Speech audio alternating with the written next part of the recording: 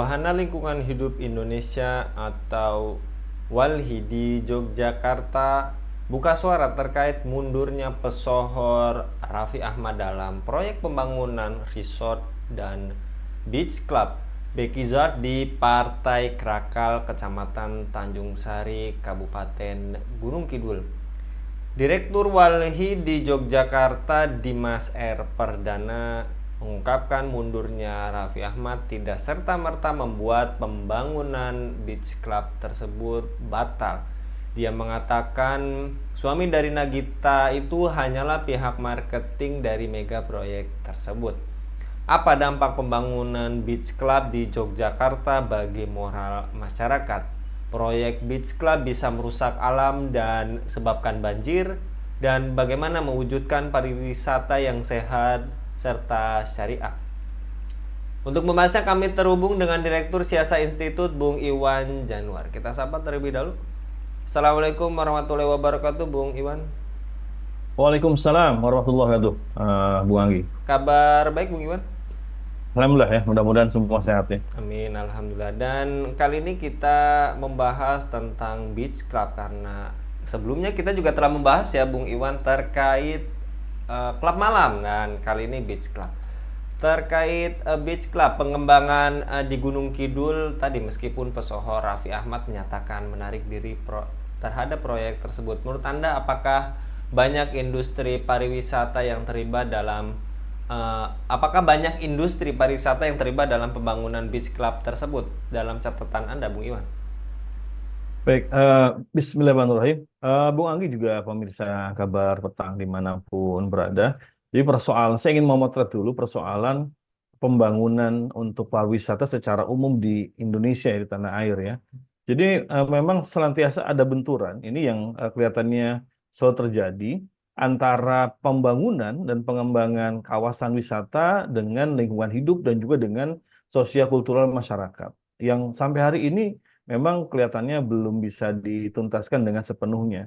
Apa yang terjadi di beach club misalnya juga itu terjadi di tempat-tempat lain. Ya, seperti di Bali hari ini itu sudah bermunculan protes dari masyarakat, dari tokoh-tokoh adat, juga dari para pegiat lingkungan hidup bahwa pembangunan pariwisata di Bali ini sudah over dalam arti kata melampaui kawasan-kawasan yang mestinya menjadi lingkungan hidup, menjadi kemudian juga habitat untuk sejumlah hewan dan juga memberikan kemanfaatan untuk masyarakat seperti untuk kawasan penyerapan air, kemudian juga kawasan hijau dan sebagainya. Nah, ini memang persoalan yang ada di tanah air ya, bukan hanya beach club di Yogyakarta, tapi secara umum pembangunan wisata di kita ini hampir-hampir kemudian out of control, tidak ada kontrol dari pemerintah. Kalaupun ada, itu lebih banyak kemudian benturan antara kepentingan ekonomi, pendapatan asli daerah, dan juga devisa negara, dengan kemudian tadi lingkungan hidup masyarakat dan juga sosial kultural. Dan kelihatannya kemudian kepentingan untuk devisa, untuk PAD, untuk devisa itu mengalahkan mengalahkan apa yang dibutuhkan oleh masyarakat tentang lingkungan hidup, tentang kebutuhan terhadap air, kawasan hijau, juga kemudian untuk tadi ya para pecinta lingkungan yang mengkhawatirkan terjadinya kemudian kepunahan binatang-binatang langka dan sebagainya. Dan ini sudah terjadi. Jadi dengan begitu, apa yang terjadi di Beach Club ini sebetulnya satu potret kecil saja, satu puzzle saja dari kerusakan lingkungan akibat pembangunan pariwisata yang ugal-ugalan karena memang selalu mengedepankan pendapatan daerah dan juga devisa, tidak lagi berpikir tentang dampak kerusakan lingkungan dan juga nanti ada kerusakan yang lainnya. Begitu, Bung Anggi. Baik, Bung Iwan, dan terkait yang tadi Anda paparkan adanya gesekan gitu, dan apakah pemerintah harusnya berfokus pada pemulihan lingkungan dan perekonomian yang bisa dikatakan berbasis masyarakat lokal daripada melakukan pembangunan yang berpotensi tadi mengancam kerusakan lingkungan maupun merugikan warga sekitar, Bung? Iya, ini memang kebijakan pemerintah itu seringkali tidak sinkron ya. Jangankan antara pusat dengan daerah, antar pemerintah pusat saja juga sering tidak sinkron antar kementerian yang saya maksudkan ya.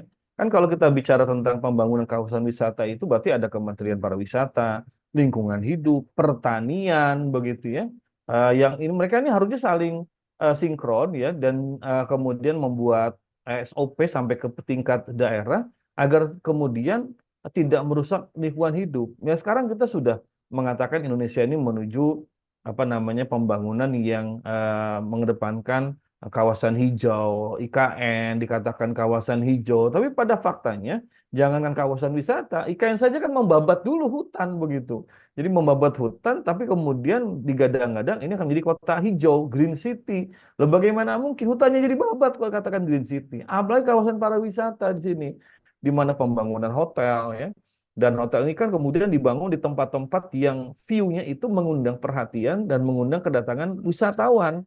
Misalnya di pantai ya, kemudian kalau sudah di pantai ini kan berarti mengabaikan nanti kemungkinan terjadinya abrasi. Kemudian juga bagaimana kalau misalnya sampai membabat kawasan mangrove seperti itu atau juga menutup akses untuk masyarakat agar kemudian tetap bisa masuk ke pantai. Sementara kan pantai ini sebetulnya milik umum mestinya begitu ya. Tapi dengan kebijakan pariwisata hari ini, pantai kemudian bahkan pulau itu bisa kemudian ditutup, orang tidak bisa masuk ke kawasan tersebut padahal semestinya itu menjadi kawasan umum. Nah, jadi kita melihat di sini Bu Anggi ya, kalau dikatakan bahwa kita Indonesia sekarang ini sering gadang-gadang menjadi green city, kawasan hijau, itu pada faktanya sering bertabrakan. Jangankan di daerah, antar kementerian saja seringkali tidak sinkron. Nah, di antaranya dalam kasus kawasan wisata ini, seringkali kebijakan untuk wisata itu yang dikedepankan adalah mengundang wisatawan. Wisatawan kemudian mereka bolak-balik ke Indonesia. Maka kemudian dibangun berbagai macam tempat-tempat yang menarik perhatian mereka di gunung, kemudian juga hutan, di pantai, yang itu seringkali tidak memperhatikan keamanan lingkungan dan juga tidak memperhatikan dampaknya yang bisa merusak lingkungan. Jadi sampai kapanpun kalau masih seperti ini, selalu yang dikedepankan adalah kemudian devisa, pendapatan asli daerah, atau bahasa anak muda sekarang yang selalu cari itu cuannya doang, tapi mengabaikan juga yang lain-lainnya, maka sampai kapanpun ini tidak akan pernah tuntas. Selalu muncul akan nanti persoalan-persoalan kerusakan lingkungan akibat pembangunan untuk kepentingan para wisata, Bung Anggi. Baik, dan apakah tabiat ekonomi neoliberal dengan menghalalkan segala cara demi tadi Bung Iwan sampaikan yang penting cuan sebanyak-banyaknya, apakah menjadi penyebab budaya liberal yang semakin kental di lingkungan wisata saat ini, Bung? Ya, yang pertama, Bung Anggi ya, bahwa memang untuk sebuah negara yang mereka tidak punya daya saing industri, ya, tidak punya daya saing di dalam pendidikan, maka wisata itu yang kemudian mereka jual. Dan itu kita lihat jor-joran. Pemerintah Indonesia cukup jor-joran di dalam menjual wisata dalam negeri. Mengapa? Karena kita nggak punya daya saing di bidang industri. Ya, kita mau bersaing apa dalam industri? Oh, kita banyak impor kok. Pertanian, kita banyak impor. Harusnya kan pertanian, industri itu kemudian menjadi sumber devisa karena kita bisa mandiri bahkan bisa menjualnya ke luar negeri. Tapi karena itu nggak digarap dengan serius, nah, maka yang bisa dijual apa kemudian? Wisata seperti itu. Dan ternyata ini wisata begitu kemudian untuk datang wisatawan kan perlu menarik perhatian. Dibangunlah kemudian resort-resort, kafe, bar, klub malam seperti itu yang mereka menabrak semua aturan tentang lingkungan hidup begitu kan. Nah, ini yang pertama ya. Lalu yang kedua, ini tentang dampak sosiokultural. Itu terjadi di masyarakat. Dan ini kan nggak bisa dicegah. Kenapa? Karena memang negaranya tidak memberikan filter. Bahwasanya negara kita sekarang mereka mengadopsi ya budaya neoliberal, termasuk dalam bidang ekonomi dan dalam bidang sosial. Dalam bidang ekonomi tadi ya mengabaikan dampak kerusakan lingkungan. Dalam bidang sosial, mereka tidak memperhatikan. Pemerintah mengabaikan dampak negatif sosiokultural yang dibawa oleh turis terhadap masyarakat. Nah, kita lihat kan sekarang ini orang Bali mulai teriak-teriak mereka gitu kan karena tempat-tempat ibadah, tempat-tempat ritual itu ternyata dijadikan tempat foto, bahkan fotonya foto kemudian maaf ya telanjang, kemudian juga banyak turis yang mereka juga datang ke tempat-tempat religi tapi tidak memperhatikan kaidah-kaidah di sana. Jadi apa yang dikatakan kearifan lokal yang selama ini diperjuangkan itu banyak dirusak oleh wisatawan dan ini sudah menjerit. Tapi karena ini satu persoalan ya yang nanti berbenturan dengan ingin menarik uang ya, maka mungkin ini akan dinomor duakan seperti itu. Lalu yang ke masih dampak sosiokultural ya, Bung Anggi, yang muncul kemudian ini yang sangat disayangkan yang muncul kemudian sikap diskriminatif terhadap turis lokal, terhadap warga pribumi. Jadi banyak para pengusaha di kawasan wisata ini ya, yang mereka malah kemudian seperti mendewa-dewakan turis asing. Ini banyak kalau kita lihat di media sosial, banyak keluhan dari netizen yang mereka datang ke satu wilayah, ya terutama di Pulau Bali itu banyak yang mereka kemudian curhat, mereka seperti di nomor dua kan, seperti turis nomor dua. Sementara yang mereka kemudian banyak diberikan fasilitas utama itu turis-turis bule mancanegara ya, seperti itu karena dianggap membawa uang banyak padahal banyak turis-turis asing itu datang mereka di negerinya itu bukan bukan orang kaya tapi karena nilai tukar rupiah yang merosot mereka jadi punya uang banyak ya, begitu mereka datang ke kawasan wisata seperti Bali ya kultur mereka yang kemudian sudah telah tidak punya adab itu mereka bawa ke sini dan akhirnya merusak tatanan kehidupan sosial masyarakat. Nah, tapi ini kan pilihan. Pemerintah mau pilih mana? Mau pilih tetap mendatangkan cuan, menarik wisatawan, atau ingin menyelamatkan nilai-nilai lokal? Nah, kalau kita lihat hari ini, ya yang kelihatannya nomor dua ini, ya nomor satu, ingin mempertahankan terus datangnya cuan dari para wisatawan, dengan kemudian meredam segala gejolak yang ada di tengah-tengah masyarakat pribumi. Termasuk kerusakan sosial itu adalah pergaulan bebas, minuman keras, ya, yang kemudian itu meruyak di tengah-tengah masyarakat. Jadi dampak lingkungan, dampak sosiokulturalnya dan ekonominya. Ekonomi juga ada apa itu? Jadi para turis yang datang mereka itu bergaya orang kaya gitu kan, sementara warga aslinya banyak yang mereka secara ekonomi itu ekonomi bawah.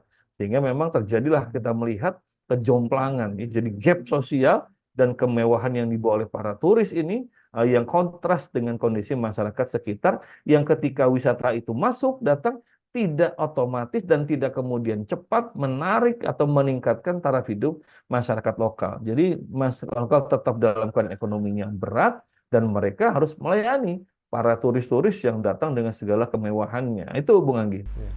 Dan terakhir, bagaimana pariwisata dalam Islam, Bung Iwan? Bolehkah Islam memposisikan pariwisata bukan hanya sebagai sumber devisa, sebagai sarana dakwah dan edukasi, Bung?